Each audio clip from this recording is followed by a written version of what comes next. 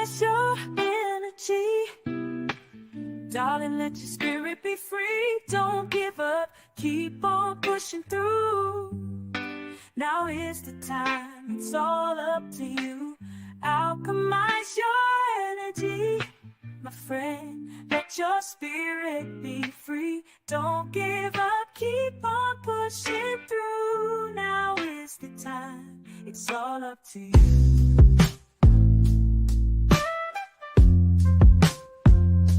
No matter the storm, but over tragedy. No matter the storm, but over tragedy.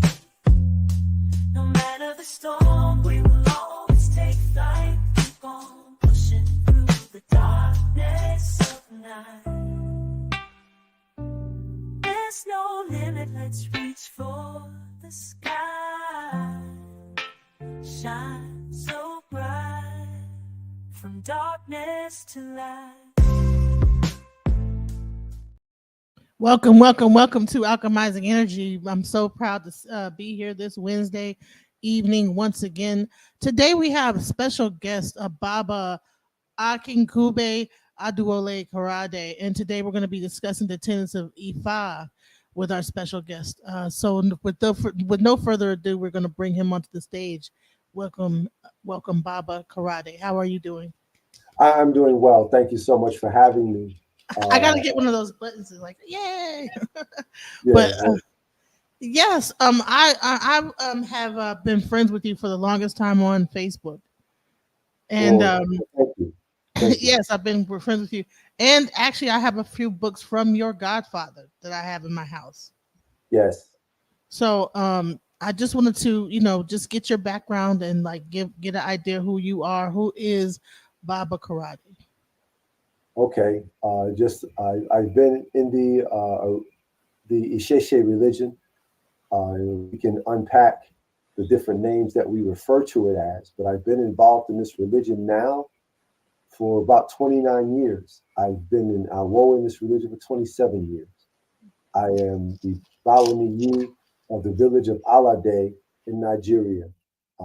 My first initiator is Oloye Ifa Karade, and my current Oluo is Chief Fayemi Fakayode from Ijo Oludumare, which is in the town of Moinia, which is close to Ibadan. It's close to the city of Ibadan in Nigeria.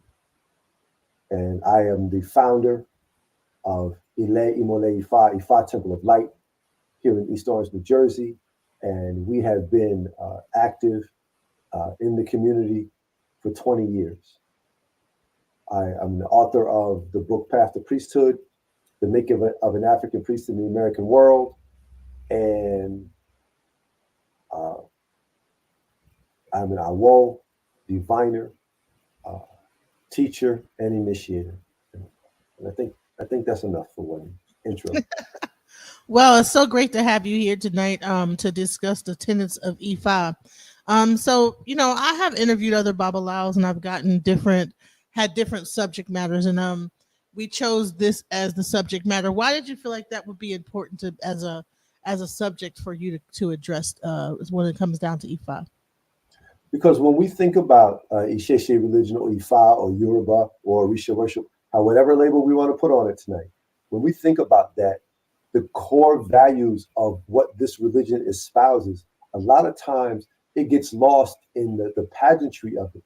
Because when you think of the word Orisha, or you think of Yoruba, it applies to so many different things. It applies to the people, the culture, the language, the food, the dress. There's so many different music. So there's so many different things that it applies to. And what happens is because there are certain parts of our culture and our religion that are so dynamic, it's easy for the actual beliefs to get lost in the pageantry of it. And what happens is that when all of that settles, it becomes important for us to reflect what we really believe. And in order for us to reflect it, we first need to know it. And so with that in mind, I want to talk about 7 specific aspects of Isheshe religion, of Orisha worship, of Ifa. And I will say this as a preface, that if you talk to 10 different Babalawos, you might get 10 different answers, or you might get a mix of answers. So with that being said, here are the 7 things that I want to speak about tonight. First one is that there is a prime directive that Isheshe religion exclaims to the entire world, and that is simply this: that all of humanity, all human beings, are meant to develop gentle and balanced character and to display that in the world. That's number one. The second thing is that we believe in the one creator that creates all things great and small. We refer to that creator as Olodumare. We also believe that Orunmila is the prophet of the Ifa religion. He's not only the prophet of the Ifa religion, he's also the custodian of the oracle that we call the Odu Ifa. And he is of what we would call messianic status. Because when we say prayers to him, we say Orunmila, witness of faith, second to Olodumare, second to the creator. So we recognize his importance as a savior of humanity. We also believe in the multiplicity of creation, the angelic emanations of the one creator that we refer to as Orisha. And that is something that is probably more popularly known, everyone from Alegbata Oshun and Majao Batala, and the many, many, many Orisha that follow. There are the ones that are known widely, and then there are local village Orisha that we may not know of. So there are many Orisha. We also believe that our ancestors must be venerated. Our ancestors must be propitiated. We believe in our ancestors. And truth be told, so does every other religion. We also believe that human beings, each individual human being, although we have a collective destiny to develop Iwapele, every human being has their own individual destiny. And it is critical and important that we learn what that destiny is and fulfill it while we are here. That is why we are here. And lastly, divination and ritual are key components to us living successful and fulfilled lives.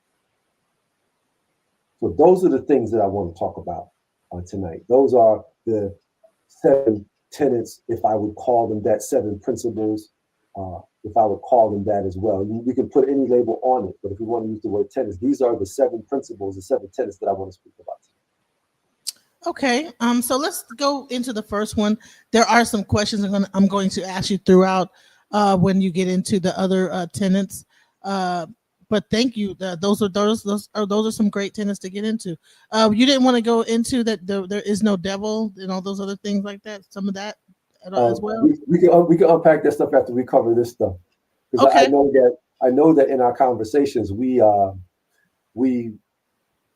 it's inspirational. So I know once we go there, we may lose a little bit of focus, but it's all in education, so that's good.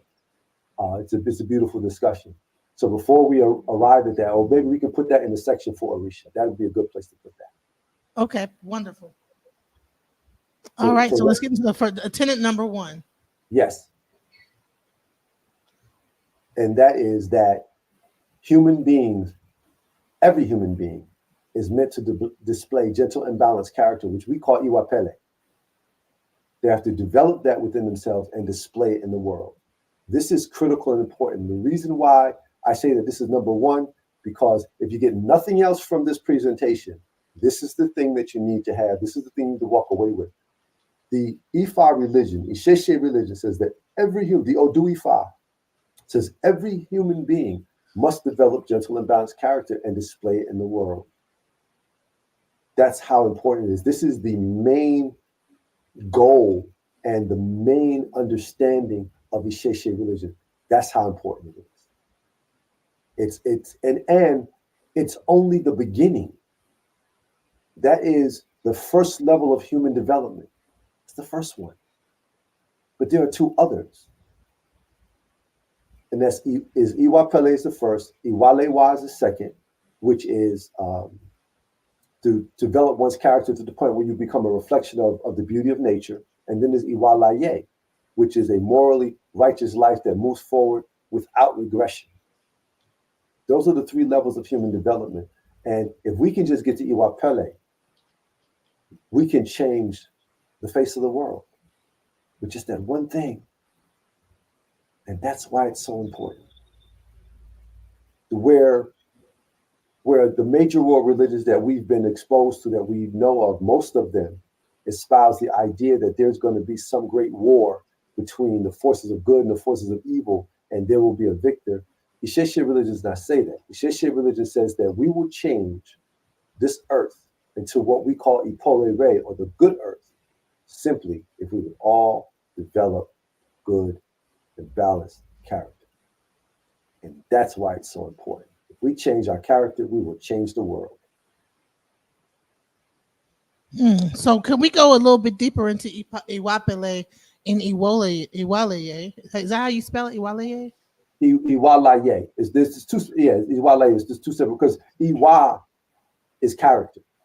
And the other ones are just the quality of it. So good. So character that's good, and Iwalaye is character that is. Iwa Pele is gentle and balanced character. Iwa Lewa is the character that reflects the beauty of nature. Oh, character that reflects the beauty of nature. And Iwalaye is a character that reflects a moral, righteous life that goes on without regression. And I hate to throw the spinner in there. There's an even higher level, and that is Inyangidi. And what does that mean? That means, you got to get me now. It is the authentic human being. The authentic human being. Wow. So if I could draw a comparative, if I had to draw a comparative of, this would be compared to stages of enlightenment as we see in Buddhism. Okay. So, it's interesting. There's so much comparison to Buddhism. I mean, how do you think that happened? Do you think that at some point there was a meeting of the minds of some sort, or just everybody at that time was on the same mental thing at that time, that when these tenets were coming into being? I don't know that there was a meeting of the minds. I think what happens is that if you look at specifically the esoteric religions, if you look at the religions that have mystery bases within them, earth-based religions, the ancient religions, they all relied on the idea that human beings have to develop themselves. Whether it was Isheshe religion, Buddhism, or First Nation shamanism, there's always there's some part of it that talks about how human beings have to better themselves, as opposed to some outside entity that's going to better you for you. So it works on the person working on their own character, working on their own thing, and not being afraid of something outside, and also the fear of something so much, but more or less like the fear of one's own missteps causing their own demise. Well, or something very close to that. What happens is that we can be the agents of our own undoing. Yes. That is very possible. However, we can also be the vehicle that propels us to the conscious height of where we all are meant to be. The common thread is Iwapele. That's the common thread. And before I forget, or before I get too far off into something else, the Odu Ifa, the sacred text, tells us very clearly that patience is the parent of good character. Patience is the father of good character. So as we pursue the development of our character, it starts with patience. That is the first step. That is the first step. All right. So without further ado, let's go into the second tenet of Ifa. And that is that we believe in the one creator, who we refer to as Olodumare. And that name means the owner of the container of existence that moves on and on and on without ceasing. And that is kind of a way of giving a visual idea of what the creator is. The fullness of the creator in this physical body, I don't believe we're going to get that. However, we can try to glean an understanding based on some of the descriptions and what happens in Isheshe. These names give us clues as to what these things are, whether it's the creator or the Orisha, or even Orumila the prophet. So we believe in the one creator. And to me, the biggest lie that has ever been told over the entire continent of Africa is that we don't believe in a God. We don't believe in creator. And even the word God it's not a name, it's an acronym. Okay. It's not a name, it's an acronym. So for us, we believe in the one creator. Plain and simple. And the creator has several different names. Olodumare, Olorun, Olofu. And there are even more names. But we believe that there's one creator that has created the entire universe. Plain and simple.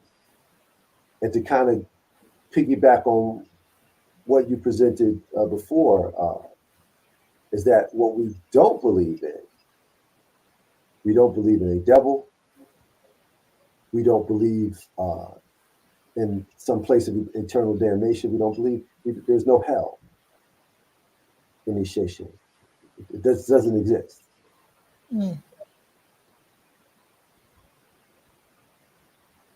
I wanted to show this slide that I had done that actually talked about the macrocosm versus the microcosm. What do you think when you see this image right here? What are your thoughts? It's the microcosm and the macrocosm is real,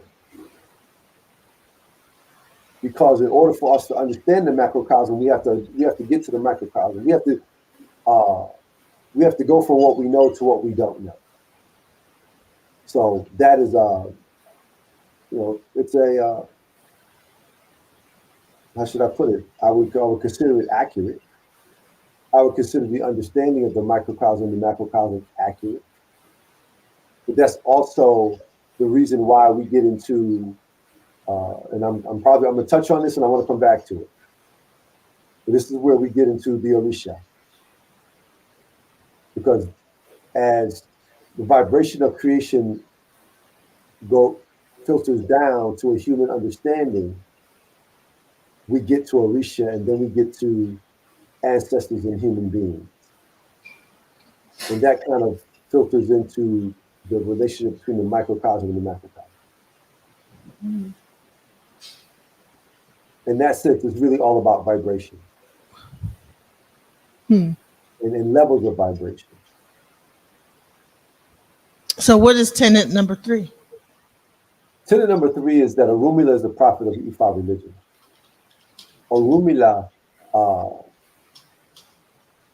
is a very key and central figure. We say Orumila, witness of fate, second to Olodumare.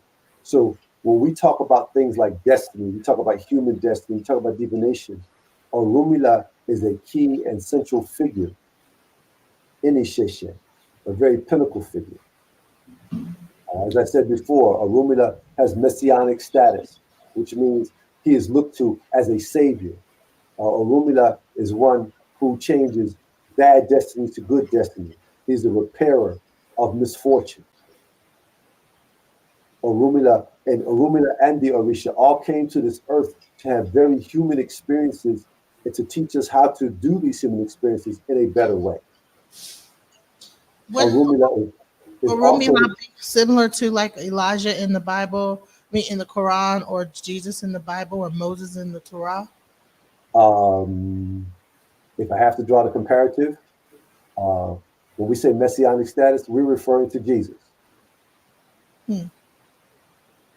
Like the creator, savior, plain and simple. Okay. Oludumare Orumila. And I know that some people may have a different understanding, a different idea, a different reference in the Sheshe religion. It is just that simple. And it goes deeper than that. It goes deeper than that. There is a verse of Ifa where the creator, Oludumare, declared that Orumila and the creator were of equal status. And it says the same thing about Jesus and God, right? In the Yahweh or So, holy, yeah. So, but I also want to say this again, and this is one of the key points, very key, very serious, very, very, very big point. Ifa, Isheshe religion is a primordial religion. This is a timeless religion, excuse me, in the sense that Ifa predates any of the world religions that we know of. It predates any of the world religions that we know of. These world religions have not seen the advent of Ifa, but Ifa saw the advent of all of them. wow. There are elders in the Sheshe religion who say we practice the original religion of human beings.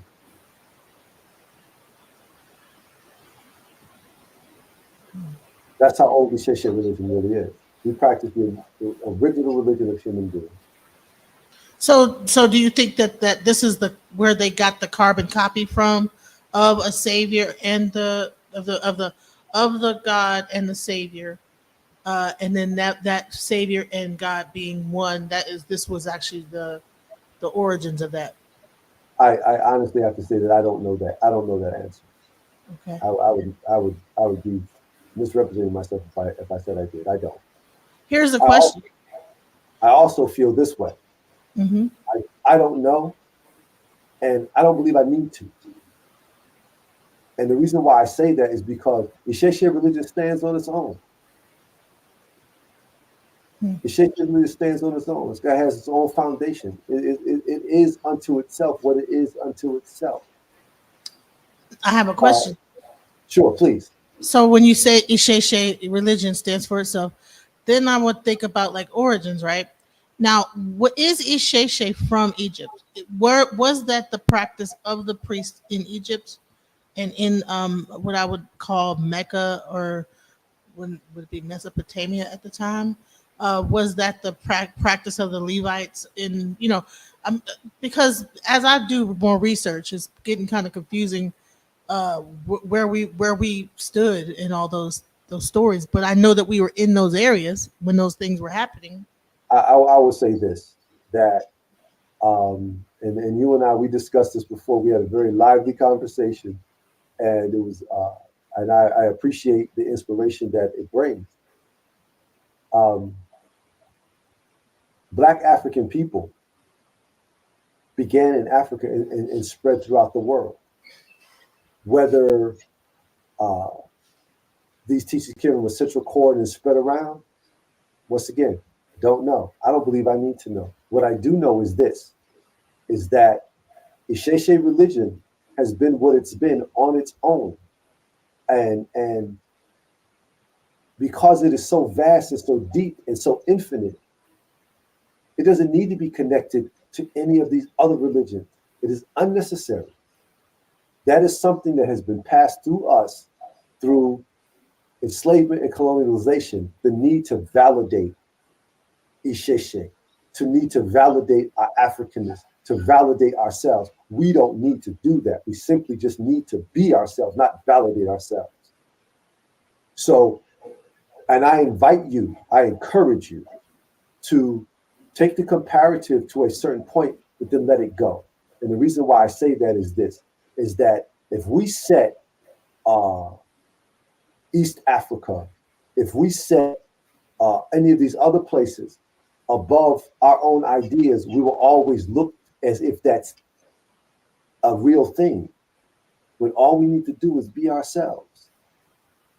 And all we need to do is practice our faith. And I will say this, that developing one's characters is such an incredible challenge that I'm not sure if we have time or energy for that.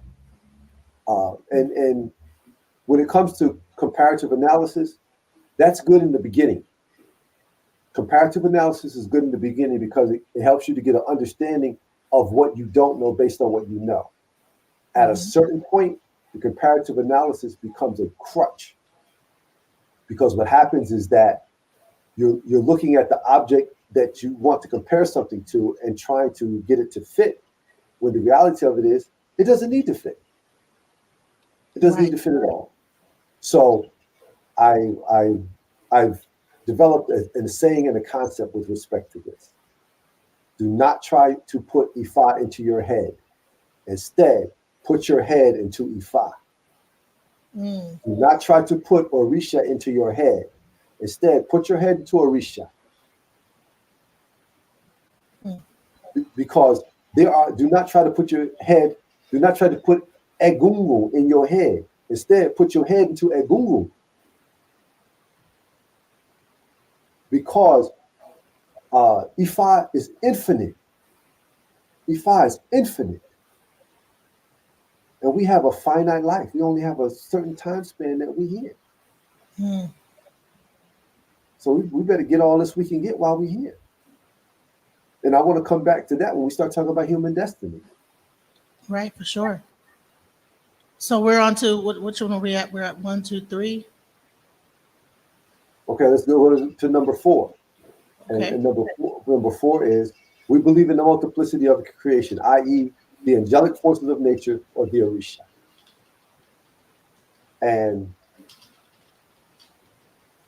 I'm seeing things in social media. I'm seeing things in communicative circles. Because the internet is the way it is, the web is the way it is, we can communicate around the world. And we're still having discussions that Yeshua is not Satan. There is no devil in the Sheshe religion.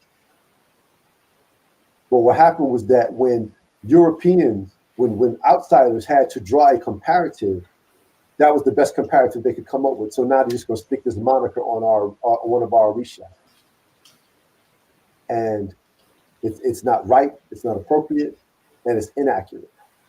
You know, I do have not an archdemon. I do have a question though, okay? Because we want to say, what is the difference between Isheshe and Ifa? Because a lot of times when people are addressing Ifa, they think that Ifa is the religion. No, Isheshe is the religion. Ifa is the library, or the, like, how would you differentiate between what Isheshe is and what Ifa is? Because I know we're talking about the Isheshe religion, but we say tenets of Ifa. Right. This is what happens. Okay. I received my first divination in 1995. Mm-hmm.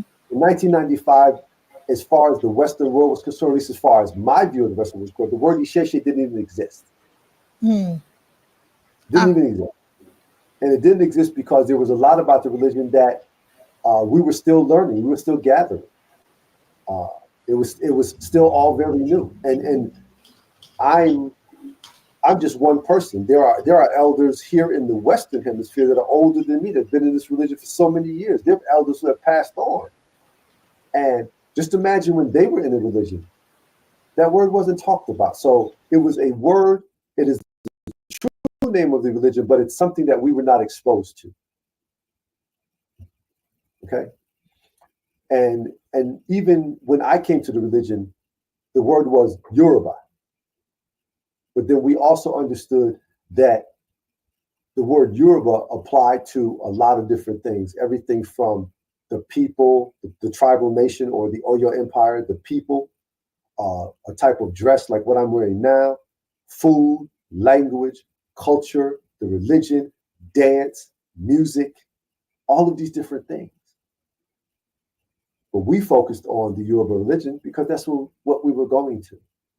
And then as more and more information became available, then we became exposed to Ifa. And Ifa is the oracle.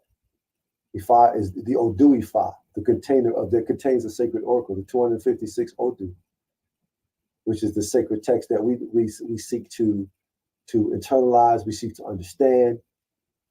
Orunmila is the custodian of that oracle. So that's where the word Ifa factors in. And now in the 21st century, we are starting to, as we look into the Odu Ifa, we see the word Isheshe. Okay. And because of that, now we come to understand that Isheshe is the name of the religion. And what it is, it just shows the timeline of evolution for us discovering and learning. That's really all it is. The real name of the religion is Isheshe. Ifa is the oracle. It's also a name used to describe Orunmila's priests. Both Awo Ifa and Iyan Ifa, both men and women. So that's where the word Ifa comes in. Wow, okay. And I think Isheshe means the original tradition, the tradition of the antiquity, correct? I'm not sure of its English translation, other than to know that it is the name of this religion. I think, also, based on my research, is the original tradition, the tradition of antiquity.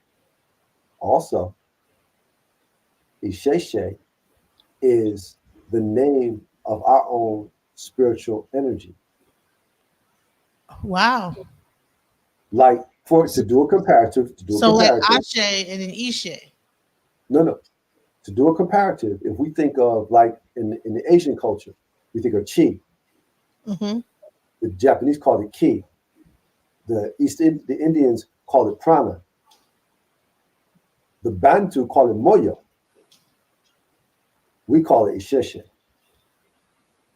So,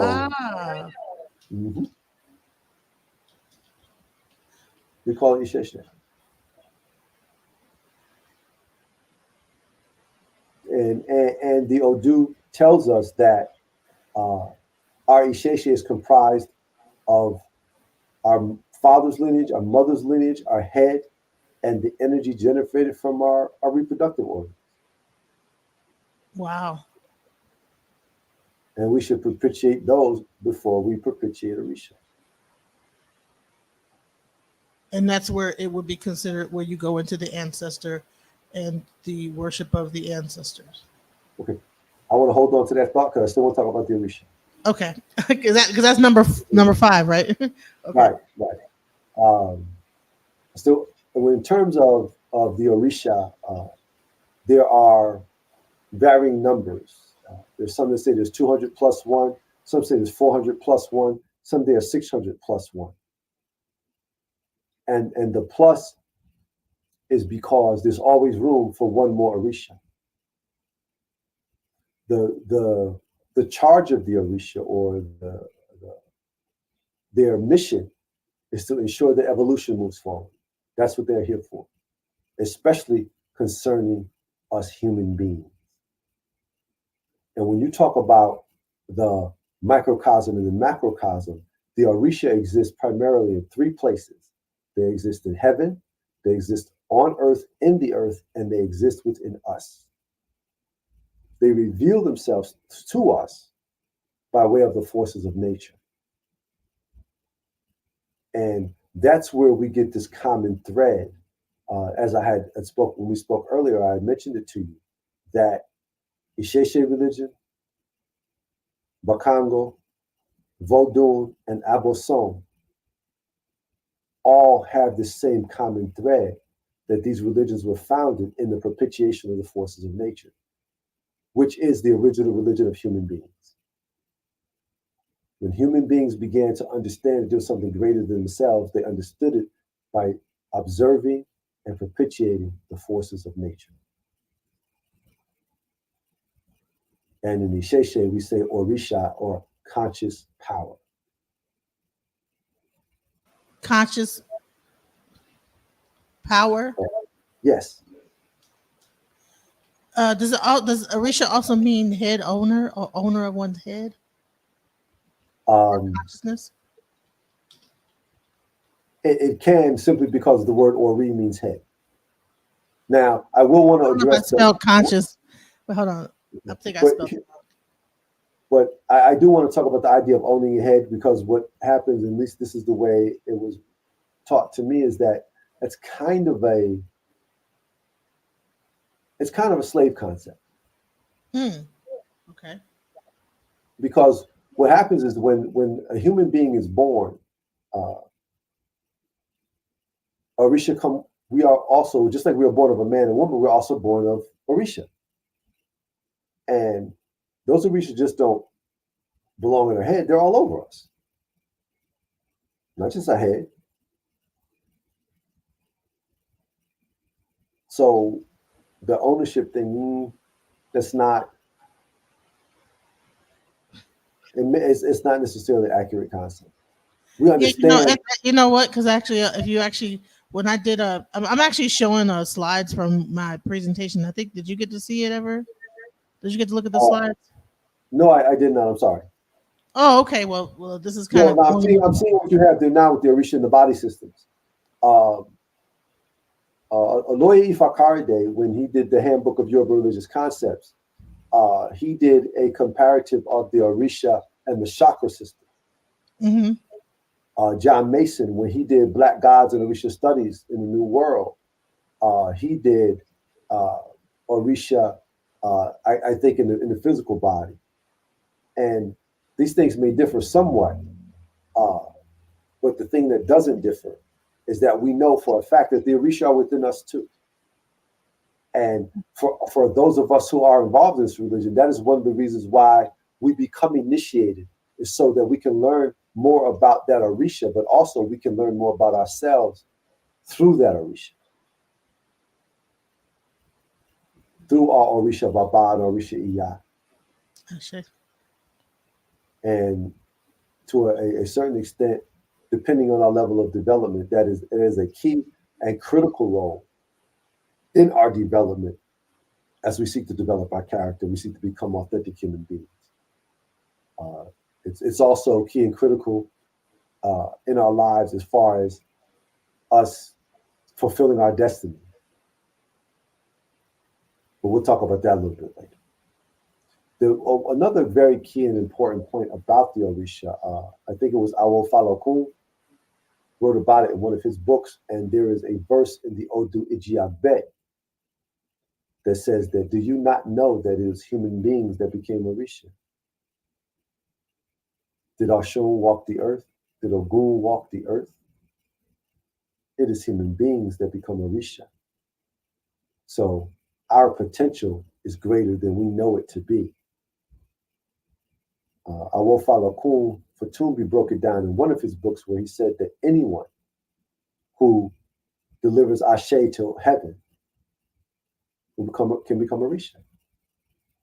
Which, to understand that in what we already know, it is akin to becoming enlightened.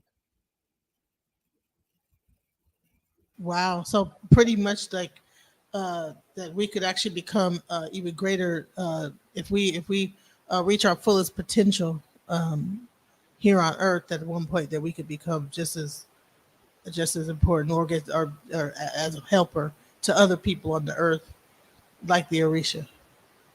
What it does is it shows us that we have limitless potential. We have Is it limitless. also like would Martin Luther King probably be considered somewhat of an Orisha, or would he be like a Egun? He would be like Moremi, a deified ancestor. Okay. And rightfully so. And rightfully so. Would Jesus become considered an Orisha? I'm asking some hard questions. I'm sorry. He's enlightened. He was enlightened, right? Yeah. But I do say this though, literally, and we had this discussion before. I thought that when it comes to Christianity and it comes to the other world religions, I throw the baby out with the bathwater. Oh, okay. I throw the baby out with the bathwater, and I'll tell you why. Mm-hmm. Because Isheshe is enough to save my soul. Orumila is enough to save my soul. Obatala is enough to save my soul. So I don't need to hold on to where I've been. And I say that by saying that when I was a younger man, I was almost a Baptist preacher. I came from that. I don't need to draw on that. So it's difficult for me to look at the world religion and say, well, would you consider this? I said it earlier, I don't need to. And I don't need to because Isheshe is enough for me. Awishe Wande Mbembola, he wrote something, and what he said was, he said, I cast my lot with Ifa and no other religion.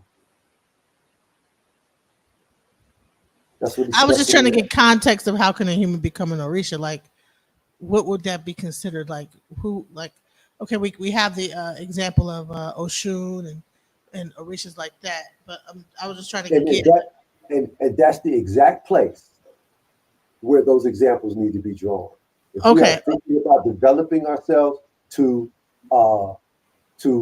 rise to the conscious height of Orisha, we need to look to the Orisha. Nowhere else. Nowhere else. Okay. If you want to learn how to swim, you go learn how to swim. You don't go dig a hole in the earth. You learn how to swim. Bruce Lee said, if you want to train, learn how to fight, go fight. So if we are looking to develop ourselves in the realm of Orisha, then we need to look to the Orisha. Ashe. And if you're asking, okay, well, if this is my pursuit, where do I begin? You begin by looking at your own destiny, by getting to know yourself. You begin by sitting on the mat and going for divination and learning about who you are and what you need to do for your own life.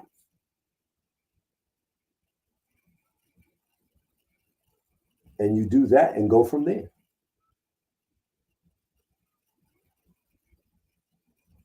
I'm just trying to make it clear for people that are in the back that are not in this religion. Like, I get it, but somebody that never heard this before might not understand the concept of the Orisha and a person becoming an Orisha and getting up to the level of Orisha. You understand what I'm saying? So I was just trying to break it down for a person that might be a Christian and that's trying to understand what the Orisha is and how one can become an Orisha, from being a human. Well, what happens with the other religions, they have different values.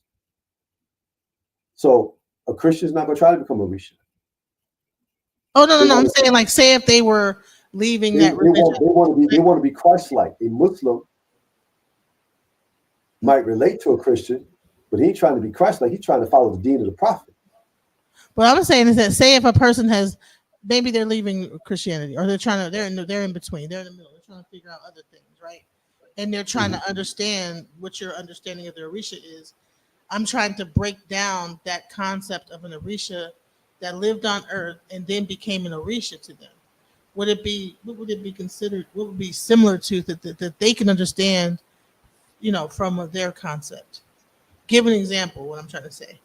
How did that Orisha become on earth 1 minute and then become an Orisha in heaven? You can look at some of the saints, because when you talk about the actions that one commits on earth, I think from a Christian standpoint, you look at the saints, you look at the actions of the saints. If you want to draw that comparative, I will say this, that comparative is only good in the beginning, because there comes a certain point where all of that has to be let go. I mean, people can make their own choice, and whatever choice is good for the individual is a choice that I would respect. But that gets into another concept, and that's the concept of free will. We all have that. That's something that the Creator gives us. No one should be able to take that away from us. Someone said a good example is Shango. Shango was a king. He was a king, and then he became an Orisha. So he was a great king. He was revered. And what happens is, when you look at Shango, if you want to do a comparative, Shango is a good comparative, because Shango was uplifted to the level of Orisha by his devotees. And when you look at, say, Catholicism, and you look at, okay, how do these saints become saints? They have a process of what they call canonization. And when you go through the process of canonization, they start to record the life and times of this person. What did they do, and what were their actions? What makes them worthy of this sainthood? And then the decision is made. Okay, this is a saint. When we do it, it's called idolatry. Right. Okay. I see what But that's a whole nother thing. Right. Okay, I get what you're saying. So Okay. yeah, Shango is a good example. But by the same token, so is Ogun. Ogun brought about the advent of iron, the moving forward of civilization in great ways. Could you briefly tell the story of one of those orishas so that people that have never heard of this could get an idea of what, like a story of that person, so that they could get an idea why they would be considered an orisha? Absolutely. Let's go right back to Shango. Shango was the first Alafin of the fourth Alafin of the Oyo Empire. There is an Itan that talks about Shango originally being a wanderer, considered crazy. He was considered the madman of Ejibu. And there was a leopard that was rabid, that was running wild, just eating people indiscriminately. And the townspeople couldn't defend themselves against this leopard. And so they looked for help. And the madman of Ejibu said, I'll do it. And he took a mortar, he climbed up in a tree, waiting for the leopard to appear. The leopard appeared and he slipped and fell. He fell from the tree and struck the head of the leopard and killed it instantly. And the elder said, from now on, we're going to call you Shango.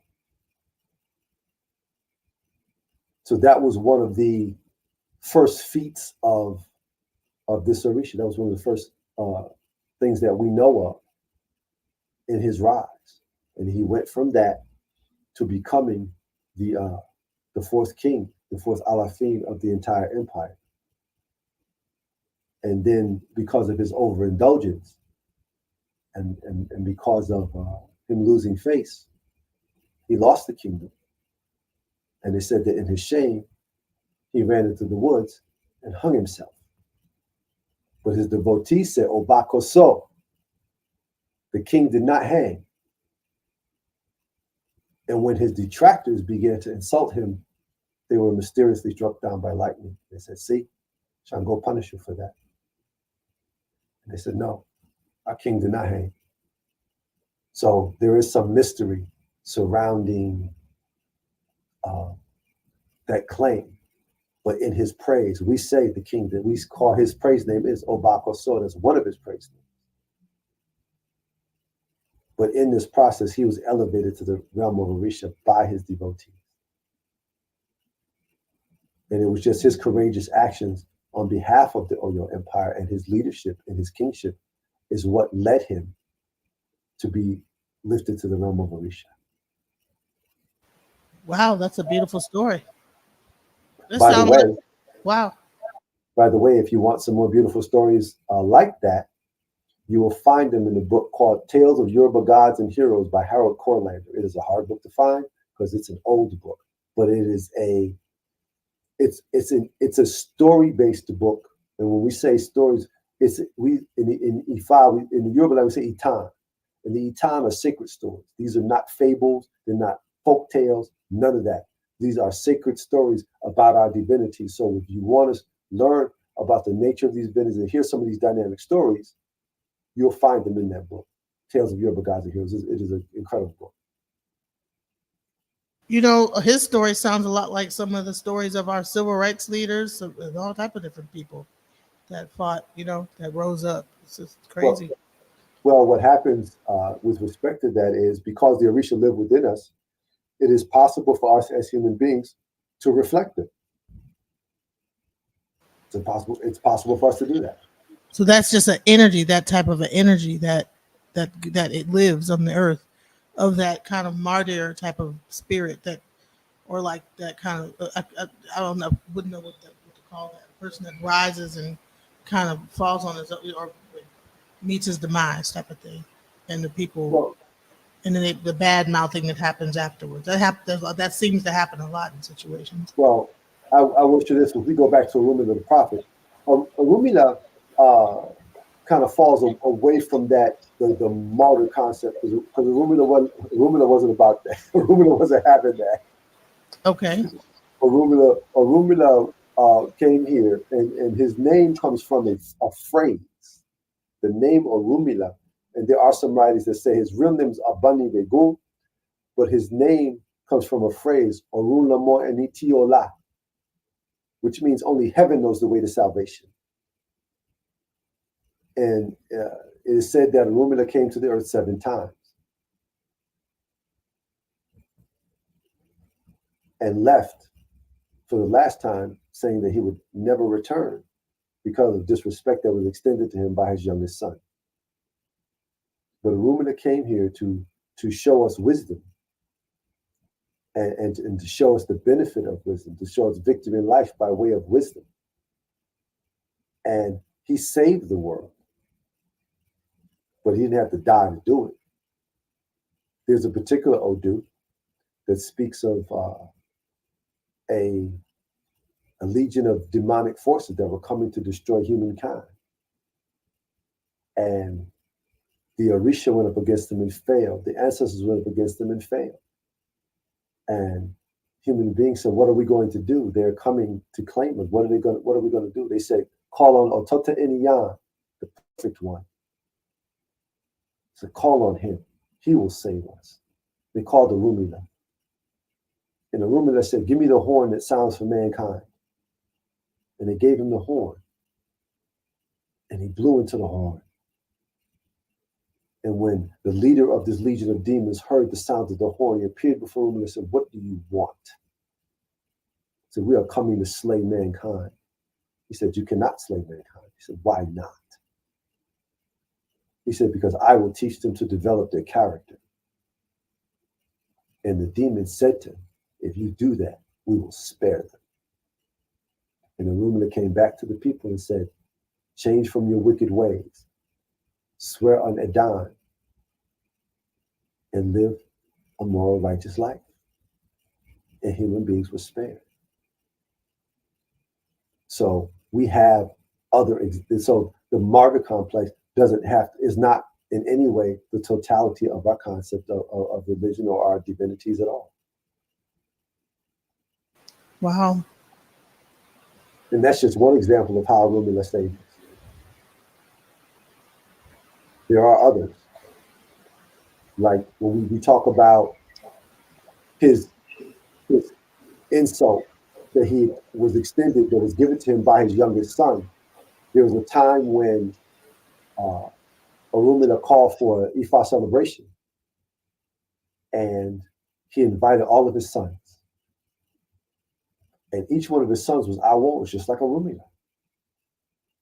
And as each one of his sons came, they came with their brass osun and their brass sandals, and they approached their father and they said, Ebo, Ebo, yeah.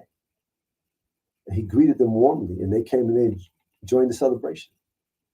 Then the youngest son came. And the youngest son walked in and just came in and said nothing. And it bothered Orunmila that his son didn't greet him. But Orunmila was patient. He waited. And he waited. And then he finally, when he couldn't wait anymore, he approached his son and says, excuse me, you do not greet me, you do not say Abo, Abo yet? And the son looked at him, he says, I have a brass osun like you do. I have brass sandals like you do. He said, I'm an Awon, just like you. And Orunmila became angry. He became enraged. And he snatched his osun from his son. And he walked away and never came back. And the world went into chaos. And so finally, when things got so bad, the family gathered together what little bit of money they had left, what little cowrie shells they had left, and they went to the diviner. They said, tell us what's going wrong. And the diviner said that there's one of the sons that has offended his father. So if you tell your father to come back home, then everything will be fine. So the family walked back to heaven, and they found the Orunmila sitting on top of a palm tree with 16 hut-like heads. He said, Father, will you come back? He said, no, I will not come back. They begged him again, Father, will you please come home? He said, I will not come back. And he begged him again and said, Father, would you please come home? He said, I will not come back. He said, well, hold out your hands. And they extended their hands out. And Orunmila put 16 palm nuts in their hand that we call Ikin. And he said, if you want to talk to me, talk to them. And I will talk to you. And they took the Ikin back and they began the process that we call Ifa divination. And in that way, they bettered their lives and bettered the lives of society in general. And that's why we consider the Ikin the most sacred object in the Isheshe religion, because this is the thing that Orunmila gave directly to us. So that's just another example of how Orunmila has saved the world. Well, someone just said that was a nice breakdown. So you're a great storyteller. All Babalawos are great storytellers. That's part of being a Babalawo. Well, thank you for whoever chimed in. Thank you so much. I think it's an after effect of some of the study and trying to learn this and trying to learn our faith. And we. I don't know Ifa. I am learning Ifa. I will always be learning Ifa. So we got through the Orisha. The next step is the ancestors. And yes. Now, somebody told me Egungun be Orisha Kosi, which means Egungun is Orisha also. That's why I was asking, because they say Egungun, some of Egun are what you call ancestors, like revered ancestors. So when you go into Egungun be Orisha Kosi, that's like a phrase I was told. And I want to internalize that. I want to learn that myself. What I will say is this: is that when you look at how we approach how we interact with Egun, and how we interact with Orisha, there is not that much difference. So when people say you worship your ancestors, my response is, so what? What's wrong with that? I'd love to get an answer on that. I really would. However, I will say this in terms of just in terms I like of that. Next, I'm gonna use that. Next time you worship your ancestors, so what? I like that. And to extend to that, so do you. So do you. Yeah, really? Mm-hmm. Cut it out. Cut it out. But the other part of it is this: is that what we say in Isheshe is it is one knee to Egun, it's two knees to Orisha, which means we kneel on one knee to propitiate Egun. We go down on two knees to propitiate Orisha. So there's just a slight difference in terms of how the technique of how we do it. And as far as I'm concerned, that may be one of the few differences in how we worship Orisha or venerate Egun. We venerate our ancestors. We propitiate our ancestors. We're connected to our ancestors, and we should be connected to our ancestors. And the reason being is we are our ancestors reborn. And since we're on that subject, I have to say a special reaching out to the descendants of those who are enslaved, the Africans in the Americas, from Canada all the way down to Peru and every place in between. Because this time for us is a special time. And I'll say why. Because the average human life is 80 years. In the Isheshe, it is said that it takes 5 generations for a soul to reincarnate back to the earth. 5 times 80 is 400.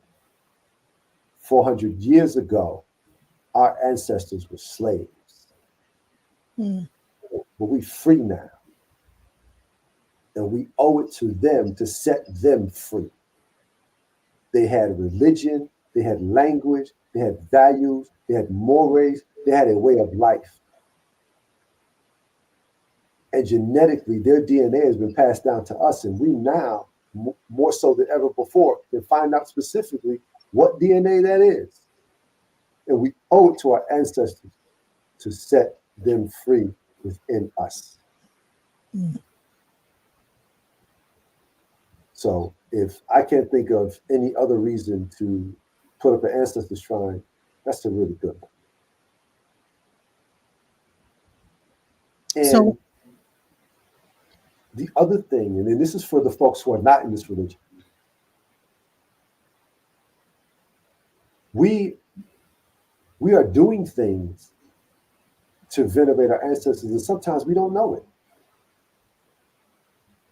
And you really, this time of year is when that comes about. Like when, like for Thanksgiving, a person will they'll set a plate for somebody they know that's for granddaddy. Don't sit there. And they'll set a place, or someone will have a curio cabinet of generations of family. But it's important that we don't forget our family. It's so important that we don't forget our family. hey, how about pour out some beer for those who ain't here? That's right. Remember Cooley High? The ending? Yeah. When Cochise was killed, and they put a little something to the ground. You know, we're doing that. Pouring libation. We're doing it, and in a lot of cases, we don't know it. So I think it becomes important for us as African Americans to research African culture and find out, because we just didn't come here tied up in chains. They took a lot more out of Africa than just slaves. They took watermelon.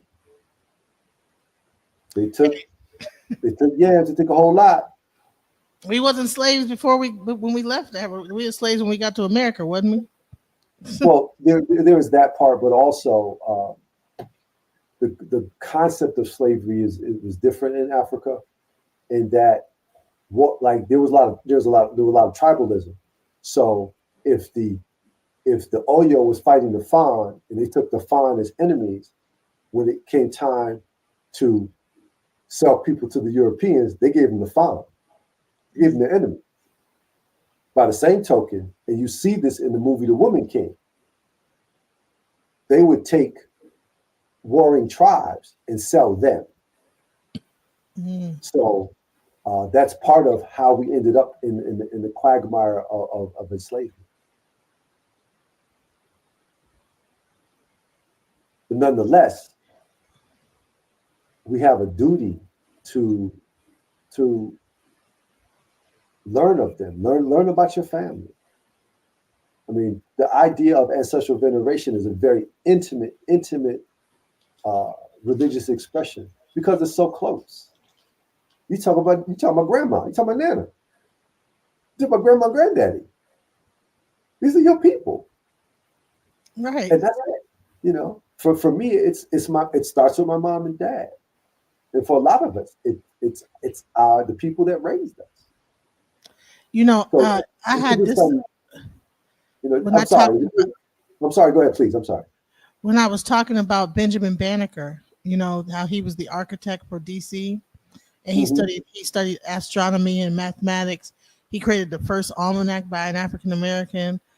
He has how many different types of inventions that are still used today. You know, people like him, you know what I'm saying, like they're still using this stuff. You know, so Absolutely. I would think he would probably be in a goon that has to do with Osai. I know in Lukumi they have a goon like Tahose and Maria Regla, you know, and things like that. You know, different Agun that they recognize in Cuba, right? Right. And what happens with that is, I'm sure there's, if you ask them, well, can you tell me the story of this one, that one, this one? They have a story that goes with that. It's a reason why.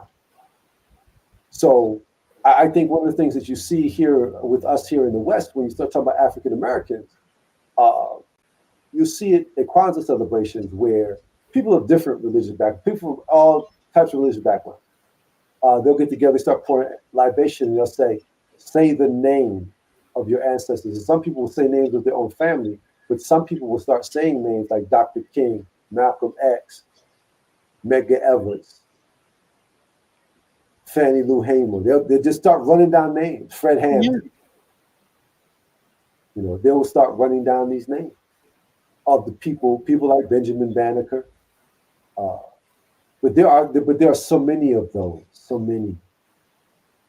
There's so many. Like one of the names that we're hearing about now in the 21st century is Robert Small. Mm. And they're trying to do a movie about his life.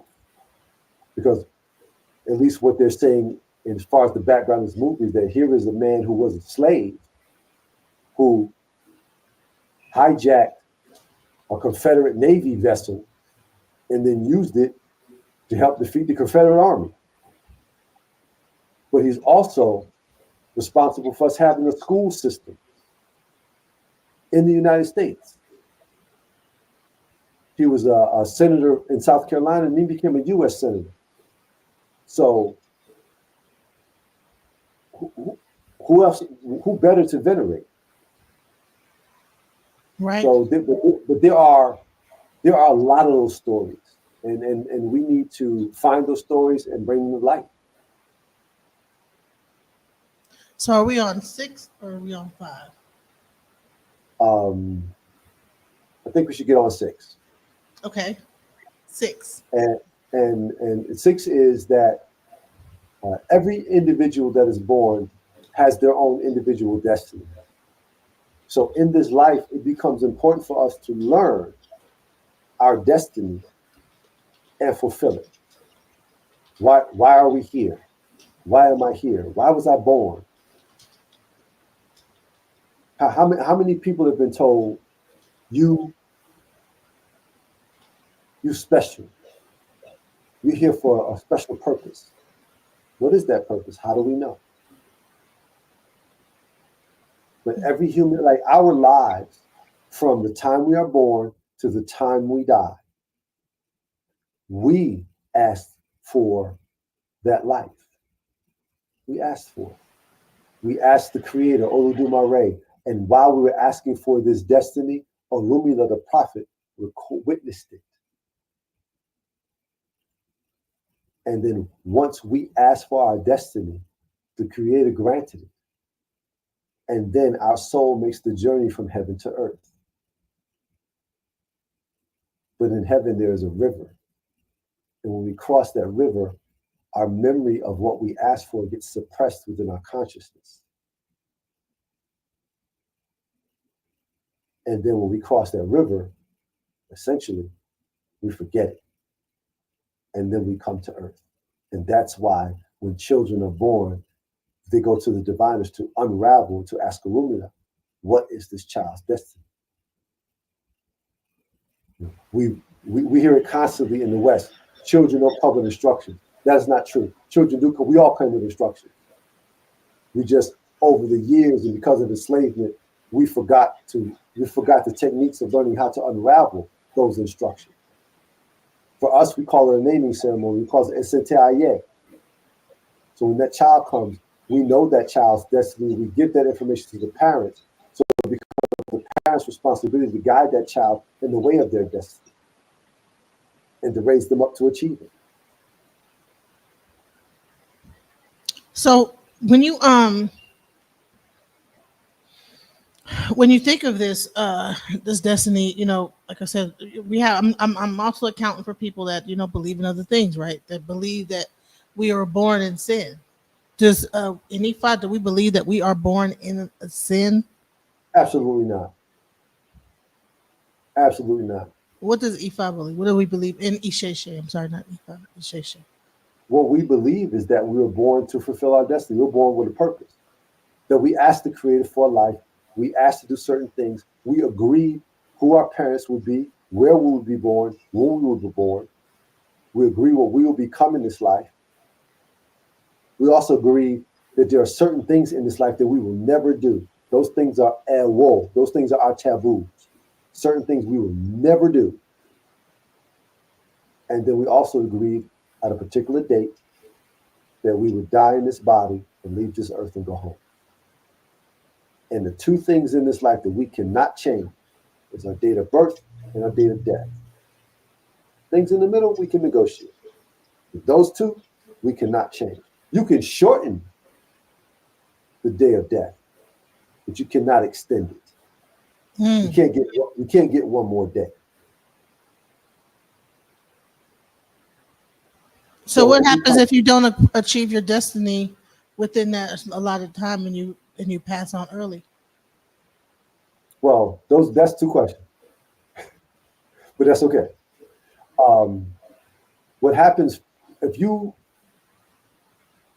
pass on before your appointed time? You get stuck in the gap. You get stuck. And it is only Olodumare that can grant you that passage. And then you get to move on. But you get stuck in a place that's not quite heaven, not quite earth. It's a gap. And you get stuck there. Now, if we don't fulfill our destiny, there's a particular verse of Ifa where the Orisha were arguing with each other in heaven, and they were like, which place is better?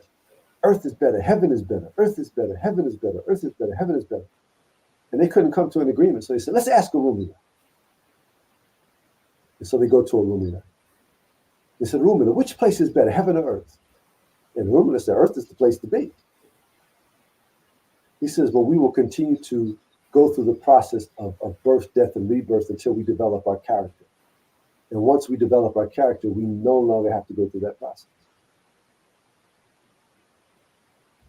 So part of us developing our characters is fulfilling our destiny as well. So that's what happens. If we don't fulfill our destiny, you have to keep coming back and keep coming back. Wow. But if you pass on too early, you just get stuck in a void of nothingness until Orumila says you might be able to go back and start all over again? Well, no, until the Creator allows you passage. Now, I know there are priests out there like, hey, you ain't telling the whole story. You're right, I'm not. There are things that can be done. And we see it. We see it every day. We see it every day, especially in the hood. When someone is tragically killed, they immediately put a shrine up for that person that died. And what happens is that by giving them that ashe, it helps them to elevate. It helps them to move on.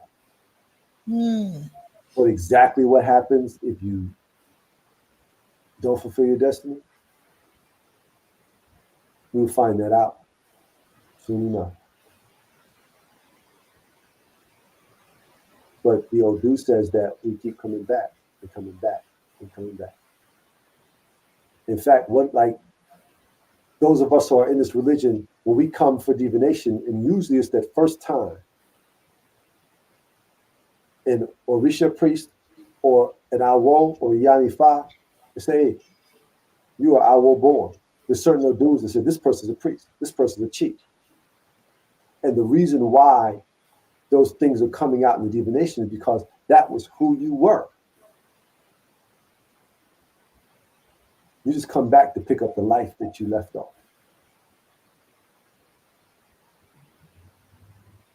You come back to pick up. You come back to pick up where you started, or actually pick up from where you left off. You start from where you left off.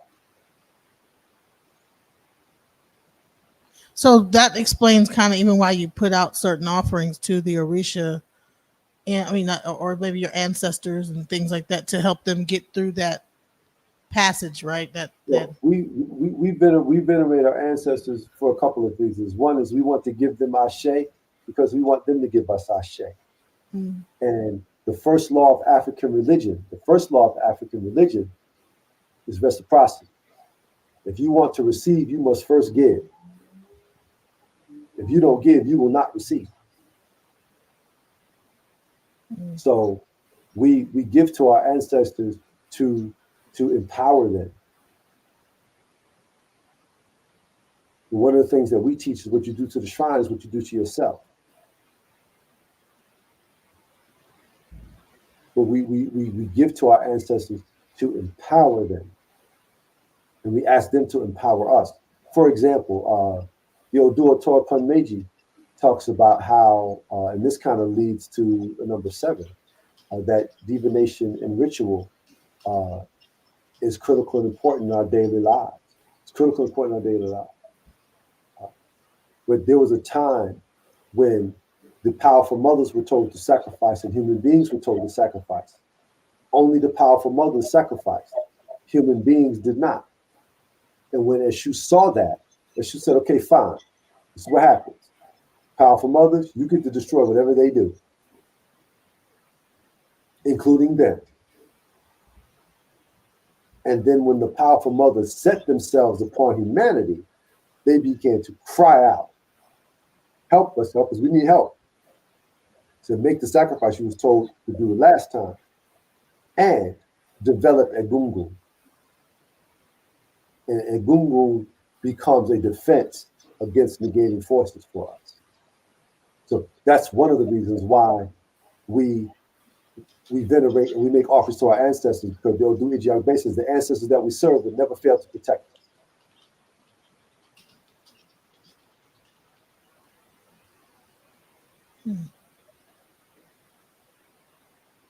So that's just one reason. And I know that at least in traditional Isheshe, you will see the Egungun masquerade. You will see the drummers come out and you see the Egunguns dance. When they do that and they release their alashe, they do that to repel negating forces. It's like turning on a light in a dark room. The darkness cannot stand the light. The darkness by universal law, the darkness has to go away. So light shine. It's so crazy how these outfits look. They look like something psychedelic that people describe in DMT trips. You ever heard people with that actually, it's called the God particle. They take this, it's this chemical called DMT. And when I look at these, what those things look like when they create those Egungun outfits, it looks exactly like a psychedelic like depiction of what people see. It's called DMT. It's what the brain releases when you pass on. It's an actual chemical in the brain. Yeah. Well, I don't necessarily understand, and I would say you would have to talk to the Egungun priests, and more specifically, people that make those garments, to get a deeper understanding of what goes into and why. I'm going to find someone, because I think that it has something to do with, because when, like I said, I'm glad that we're bringing. Let me just to give you an idea of like the what I'm talking about, like that. The colors on this. Hold on. On these things, this looks like something psychedelic. It's amazing. Well, it's interesting. It's just psychedelic, because when I looked at the first one that you put on there, the first thing I thought about was funkadelic. Right. Look at I think that's the one that's on there. So, look, can y'all see that? I will see it yet. I know you had something. Okay, there we go. Now, see that one that just looks like a village in Nigeria, and it looks like waiting for someone to start drumming, so that Elegun can start dancing. But I'm saying whatever this outfit is with all this on it looks like a LSD trip. It looks like a acid trip, if you like DMT, if you ever did ayahuasca, That's what you kind of see. I've done none of that, so I have can't. done it. I've done it before. I'm trying to tell you. I'm from. I can't speak on that one. I got to interview you on that one. Dimethyltryptamine, which is already in the brain and released during birth and death. Yeah. The visuals are called sacred geometry. Okay, that's what it is. Okay, because like I said, I have done ayahuasca before, and ayahuasca is plant medicine from Peru. Peru, yeah. But what I've been in my studies of ethnogens, ayahuasca in and of itself is inert. You have to mix it with a booster to bring out the spirit of the plant. Oh, really? Yeah. That's so. And I think the booster that they use is peyote. Peyote. That's what whatever that is. It releases DMT in your brain. Right. And you know DMT is only supposed to be released when you pass on. So, so when you when you look at this imagery, that's you kind of see those kind of lines, especially like this one right here with the color. It looks kind of like that. Yeah. So that's what. It's crazy how connected this stuff is without even trying to be. You know what I'm saying? Well, I think it's incumbent upon us to discover and learn those connections, and it's important for us to find our ways, to find our path, and that's where divination comes in. Whether it's an Isitaye when the child is first born, or for many of us like myself who find their way to a diviner and say, "Hey, what's going on with me?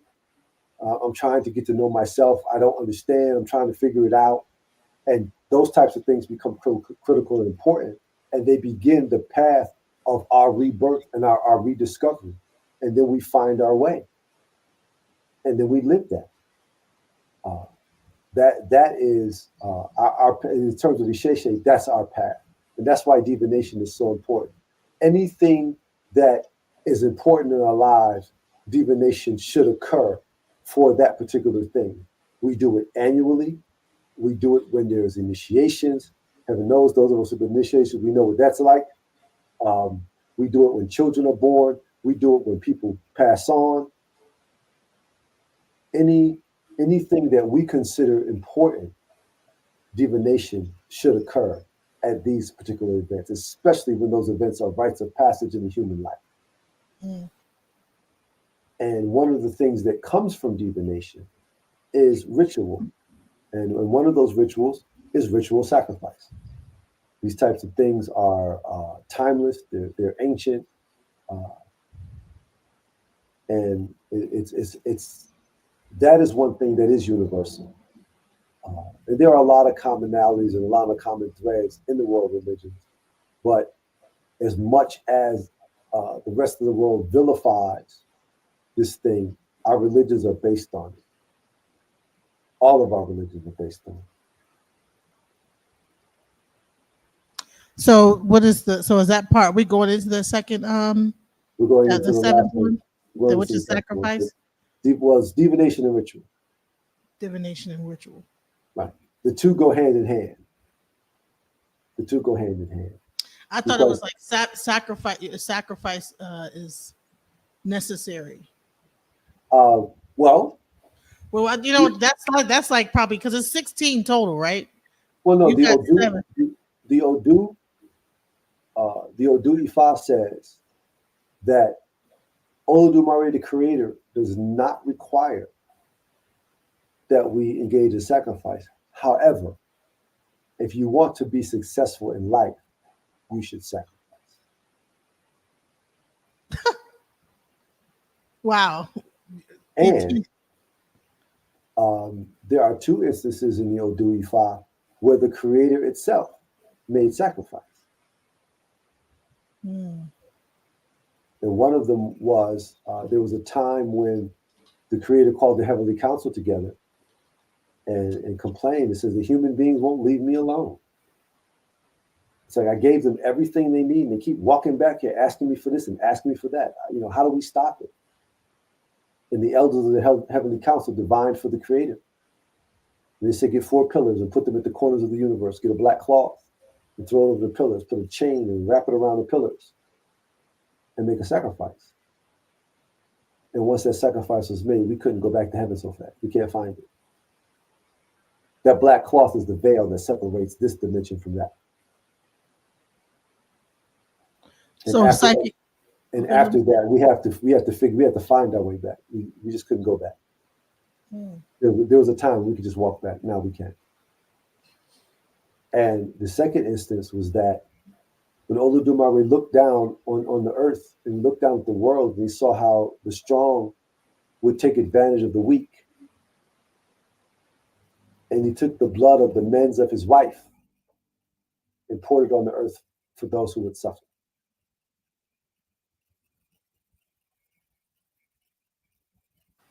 So the Odu Ifa gives us examples where even the Creator itself engaged in sacrifice in heaven.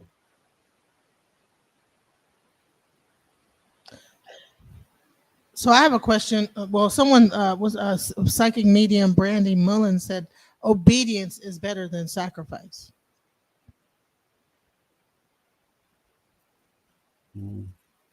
I think that comes from, I think that comes out of the Bible, I think. Okay.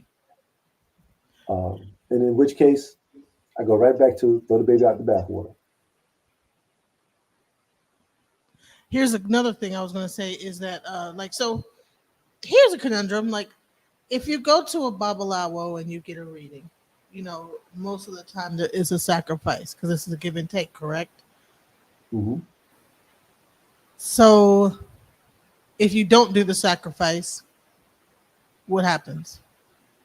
Only heaven knows.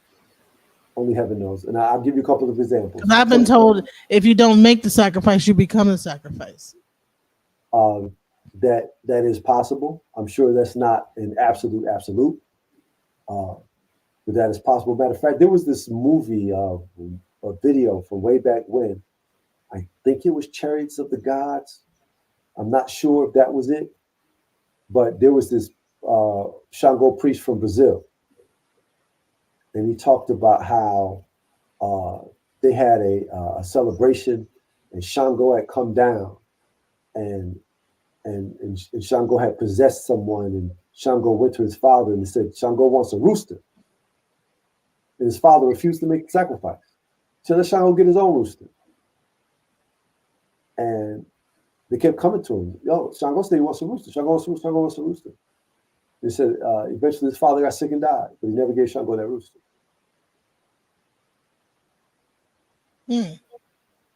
But again, if we look at the Odu Ifa, if you look at the Odu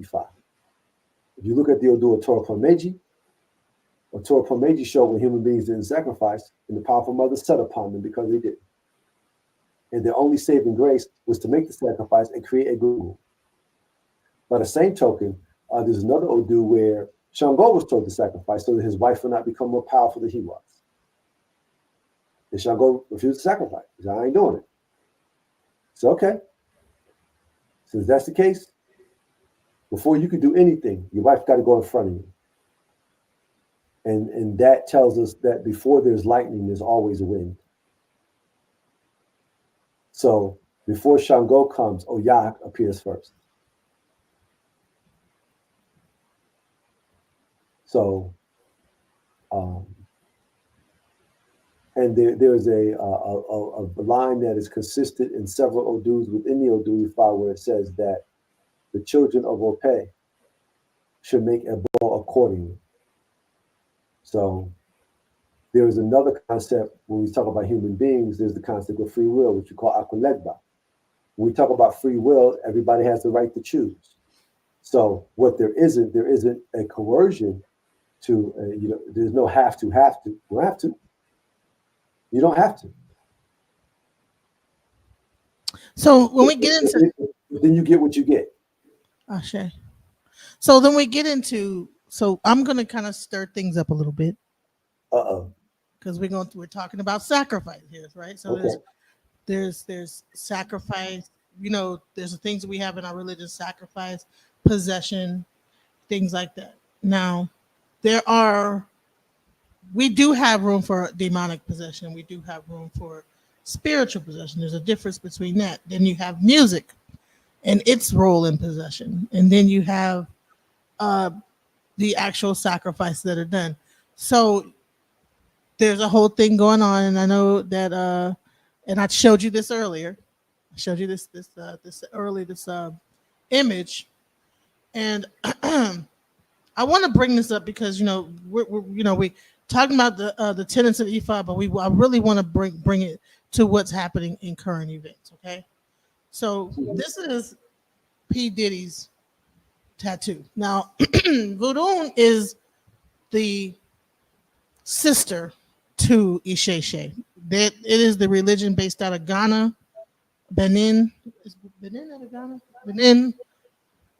Is Benin in Nigeria, or Benin is on? But Voodoo comes from Benin. Haitian Voodoo is from the people that are in God Witch, and this is an actual deity called Ursuli Dantor, who syncretized with our tradition would be considered. Some people tell me Yemaya, some people tell me Oshun. Yeah, my understanding is Ursuli is syncretized with Oshun. Right. So I'm finding out more and more that even in the music industry that some of these things are being, these people that practice, African spirituality of some sort, even down to the white parties stuff that like they've been doing, that there's a lot of people that are practicing in the music industry. And then you hear about sacrifices that are being made, I'm not sure if some people are sacrificing. I don't know what's going on.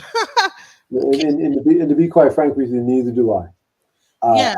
I don't know what people are doing. What I do know is that there's nothing wrong with a person being in their chosen profession and being involved in the Isheshe too.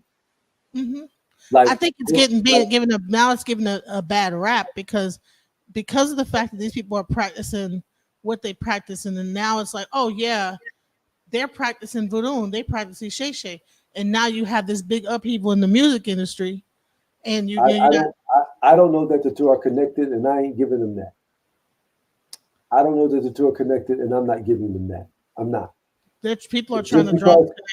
Just because you can put on a yellow dress doesn't make you an Orisha devotee. It doesn't make you a devotee of Oshun. It does not.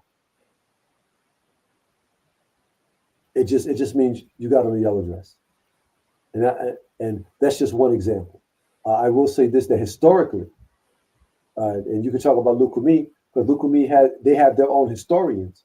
But what we do know, and this is stuff on the surface: Celia Cruz, Tito Puente, Mango Santamaria, Desi Arnaz. We were watching I Love Lucy. We didn't know who Babalu was, but he was singing to him. Mm-hmm. Yeah. And there's nothing wrong with that. There's nothing wrong with that. What's her name? The artist that works with Louis Vega, La India. Yep, La India. Yep. Or yeah. I used to have that album. My favorite phone, Shango. Let go. Yeah, I remember that. Right. And then you have DJ producers like Oshulade. Yep, Oshulade. Yep. And there are this is very modern because these are folks who are doing we spoke about some people who have become ancestors now, but people like La India and Oshulade, these folks are in it now. Or another one, Shola Akumbola, who he was a percussionist for Jamiroquai.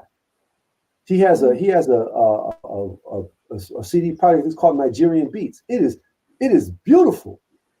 Diane Reeves, great singer.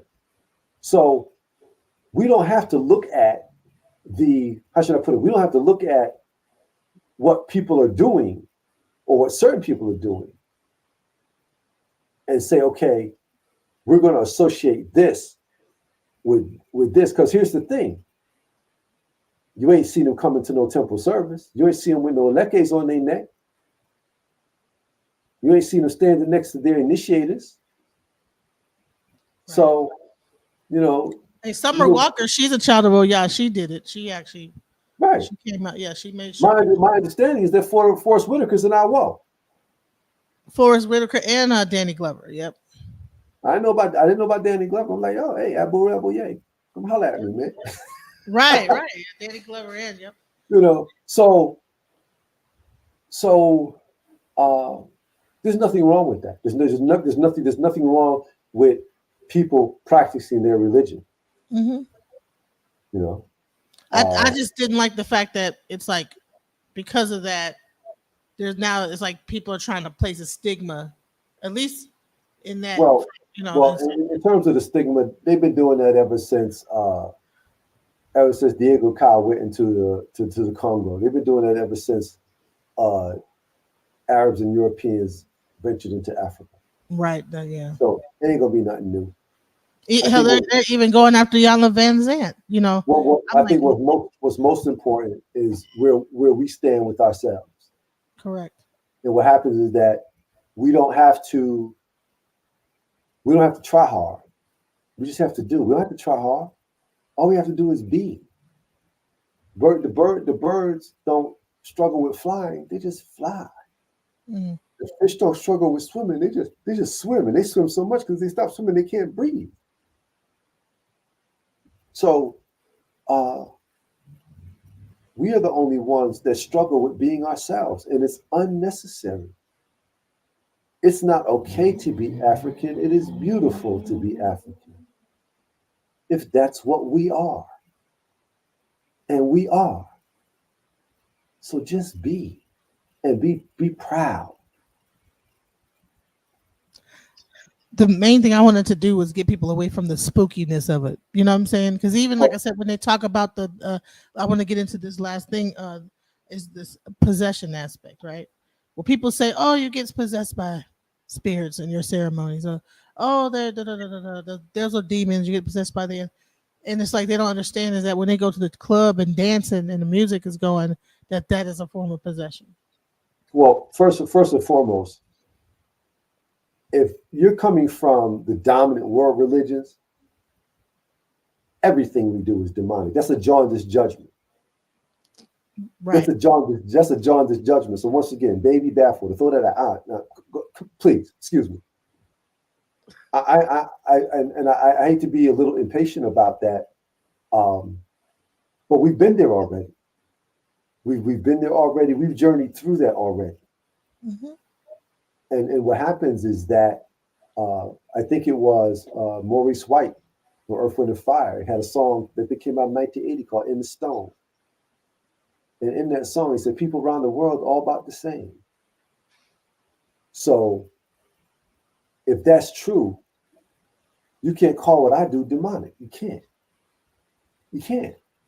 I'm doing it different than you. And I'm not concerned about what somebody else calls. I'm like, what you think of me being or expressing my religious devotion, however I do that, what you think of it is none of my concern. I would encourage people to not spend energy concerning ourselves with that. We can take that same energy and give it to our ancestors. We take the same energy, give it to Orisha. We take the same energy, give it to Aruma. We take the same energy, give it to our own conscience, our own Ori. We can take that same energy, give it to our studies, give it to our family and our children. We can put that somewhere else. Ain't worry about that. It's not. It's what happens is this: we will do it until we fall down dead, and it still will not be enough. Well, I would also say from a spiritual standpoint is that we'd also I'm not asking these questions to explain to be concerned about what people are saying, but I'm trying to create the dialogue of what truly is happening. You know, we have a very scientific. So here's the thing: when I ask these questions, it's not because I'm putting anything up to the grindstone. I practice. I'm a child of Oya. I'm a crown priest of Oya. So when I ask these questions, it's because I know the answer. The answer to the question is that that, like I said, music, megahertz, and all these things connect to body parts. We are not practicing a religion that is not based in, that cannot be broken down into science, scientifically. It's not spookism. It's not, it's really, things could be explained. Even down to death, I cannot agree with you more. I cannot agree with you more. And for the people that are, and I think that there are some people who may be interested, who need this type of information, or who need the comparative sides because of just where they are. Yes. And that's perfectly fine. I want to get back to something that you said, though, because you talked about the concept of possession. That is not always it's not a have to. There's a time and place for everything, and at a specific time in a specific place, this is appropriate. Right. And when it's done in that manner, it is a beautiful and sacred thing. Yep. It's a beautiful and sacred thing. And when we call on the Orisha, when we call them, we are not calling on any negating forces. We're not calling on any demonic forces. None of that. None of that. We are calling on divinities. We are calling on angelic forces. And it's a completely different thing. And again, I think that the one place where we all can relate is when we have our Orisha celebration, specifically when someone receives their Orisha, when they are a newborn baby, when they're first introduced to the community. When you have that kind of thing, it's a time and place for that. And when it happens, it is beautiful. It is beautiful. And I can say this in my experience. I've seen the Orisha come, and I've seen nothing but beauty and awe. So if somebody sees something other than that, please let me know what that is, because I don't know anything about it. I really don't. And I've seen the Orisha come when maybe we weren't ready. Right, okay. And but that wasn't our decision. That was their decision. And I'm talking about an initiation. And we were trying to do the best job we could. I'm trying to put all the ashe into this devotee, to this new initiate that I possibly can. And I watched Orisha come down. I'm like, wow. So I've seen nothing but beauty. Nothing but beauty and joy. So I think that what happens is that everything has to be done with respect to what that process is. And everybody doesn't have to be involved in everything. Like one of the things we talk about in Isheshe is that there are the initiated ones and there are the unknowing ones. And if you are not initiated to this particular faith, there's certain things you should not have access to. There's certain things you shouldn't be exposed to. You're not ready yet. And what happens is that as a part of the dehumanizing of the African in general, these things get manipulated and presented to the world in a way that's not factual. When if you take it from the other side, then it's beautiful. It's beautiful. Indeed. Like even the singing, when you combine that singing and the drumming and the ceremony of it all, and then the dance, the whole thing, it's a very beautiful ceremony. The ceremony is very beautiful. Yes, it is. And there are so many beautiful expressions everywhere, from the Bronx to Brazil, from LA to Nigeria.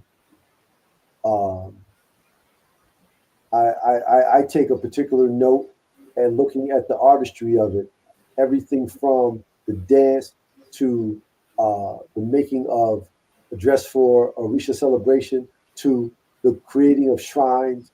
Like how is this shrine constructed? What does it look like?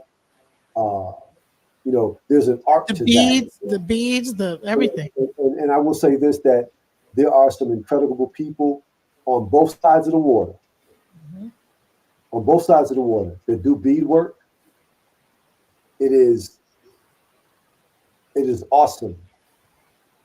It is awesome to see the beauty that the religion produces.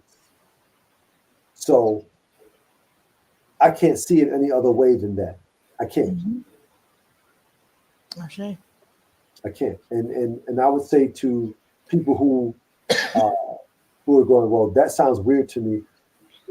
You don't start at this point. You get there. So what happens is that when we talk about returning to tradition, when we talk about bringing people back to tradition, you don't have to dive in deep water. You could put your toes in. And for people who are not initiated, who are interested in exploring African culture on any level, whether it's well, I would say that these are the encouragement that I would give.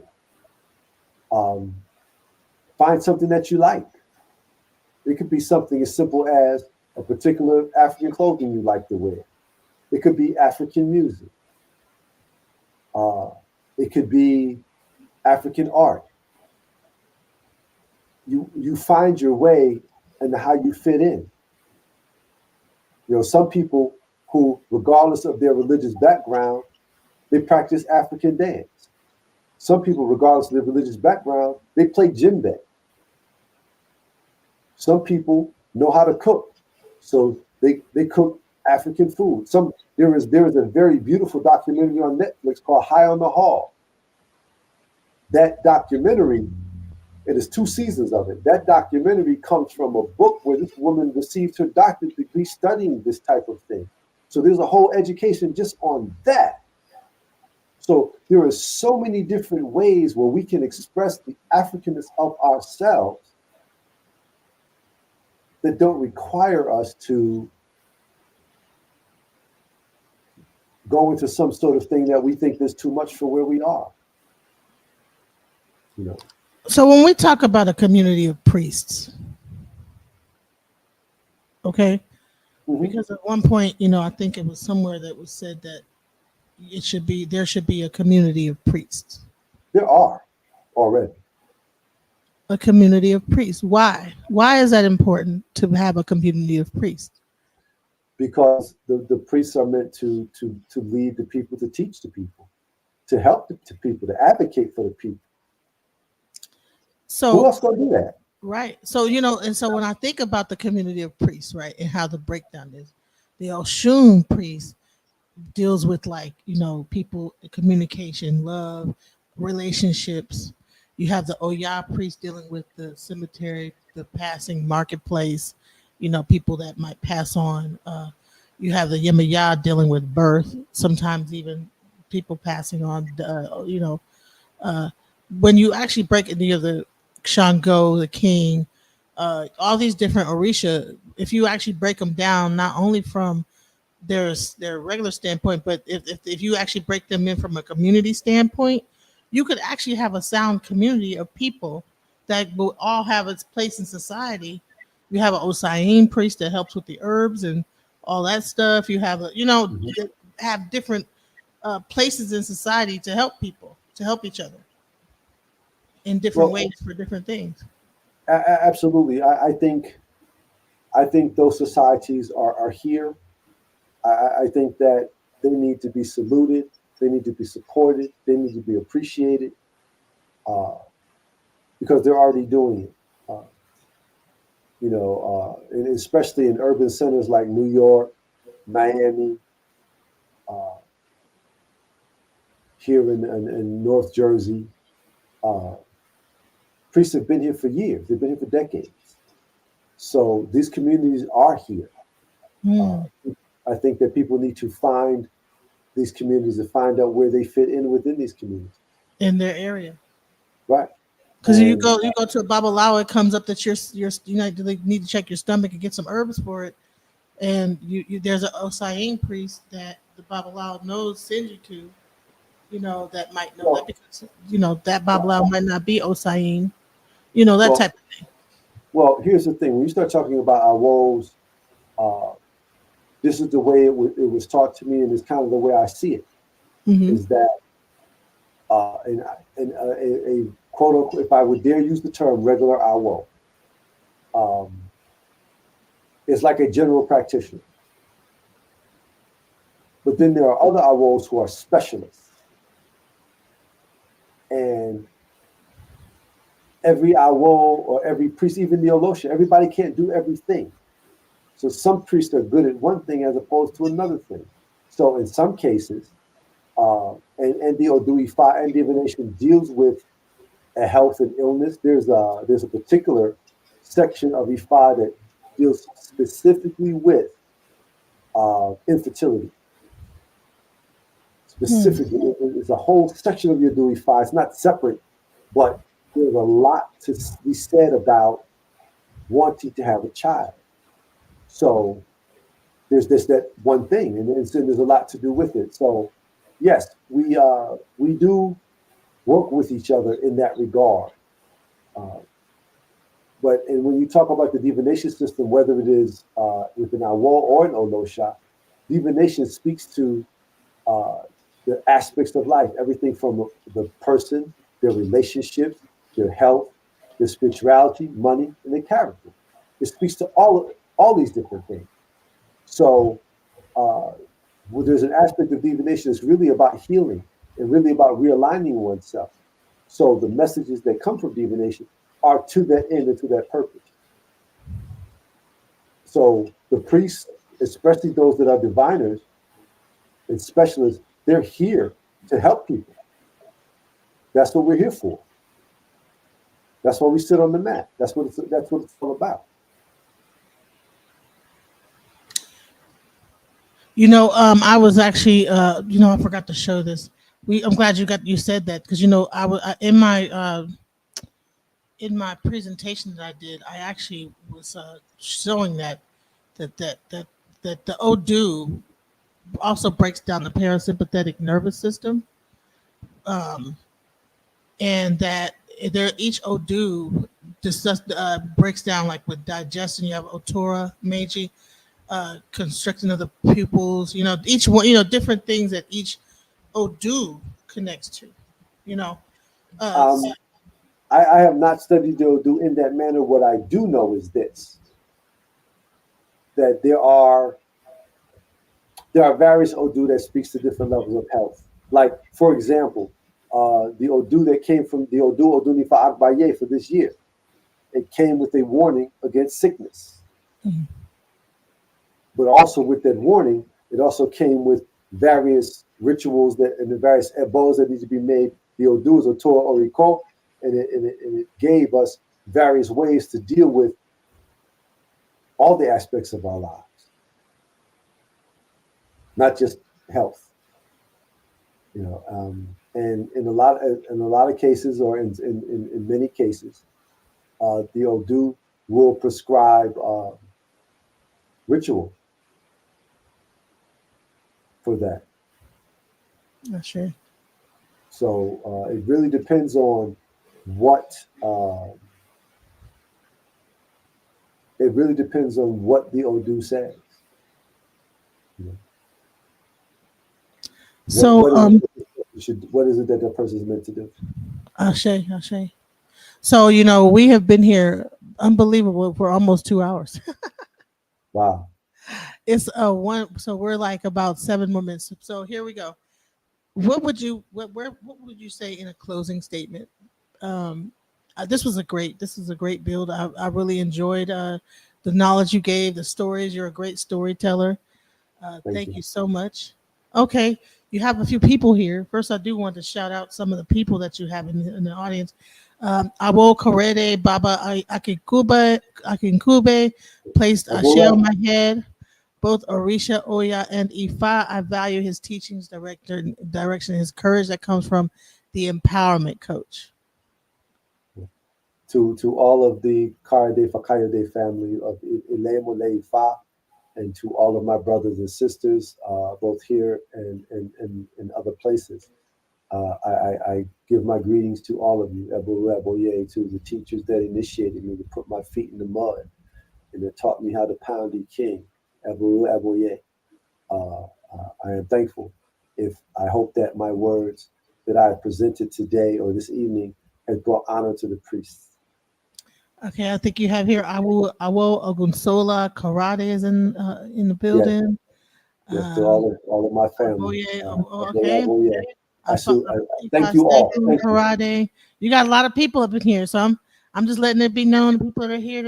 Okay, Oboto Baba. Okay, you got some people. You got some supporters up in here. Well, thank you. Thank Shouts you out so to much. all the family that came to support Baba Karade. So to close things out, I just wanted to just get like a final word. Thank you for everybody being here. This was a great. Okay, hold on. Ile Imole Ifa is here. Ashe, Ifa Segun Karade. By the way, Ifa Shegun, that is the Akpan for the temple. He is our temple Akpan, and we are very proud of you. Very proud. Wow, thank you for Ifa Segun Karade. Thank you so much, everyone. This was awesome. I really Mellow Mind says Aare Agbefaga. You have a lot of people here showing their support. All right, so what would you like to say to close out? For the people that are involved in the religion, keep moving forward, keep grinding, keep moving forward to fulfill your destiny. For those people who are curious, keep and wanting to learn more, keep learning. There is more to learn now than ever before. And for those people, for all of our brothers and sisters, wherever you are, I don't care what religion you practice, I don't care what you listen. Love you, love your African self. Love your African self and free the ancestors inside your heart. Love your African self. It's okay to be. It's not okay. It's beautiful to be who and what you are. And don't let nobody tell you different. All right. What website can we find you at? You can find me on a couple of different pages. One is Ifa Temple of Light is the Facebook page. Also, my YouTube page, Baba Karade on YouTube. Those are the two primary places. I have another Facebook page, Itefa, the Sacred Journeys. It's actually a video project of my Itefa in Alade, Nigeria. I want to give a salute and a shout to Oluo, Chief Fayemi Fakayode, the head of the International Council of Ifa Religion, and Mogaji Onibudo. I want to give my greetings, Ebu Ye Oluo, to him and to my family in Alade.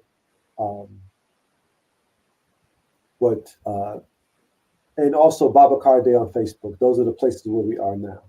There may be more, but those are primarily the places where we are now. Okay. Well, I hope everybody definitely supports Baba. Thank you so much for being here. This was a great live. Thank you so much for inviting me. Thank you. Ashe. Well, good night, everyone. Good night. Alcohol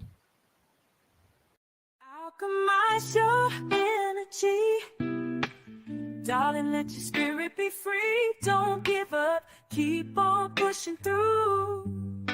Now is the time. It's all up to you. Alchemize your energy. My friend, let your spirit be free. Don't give up. Keep on pushing through. Now is the time. It's all up to you.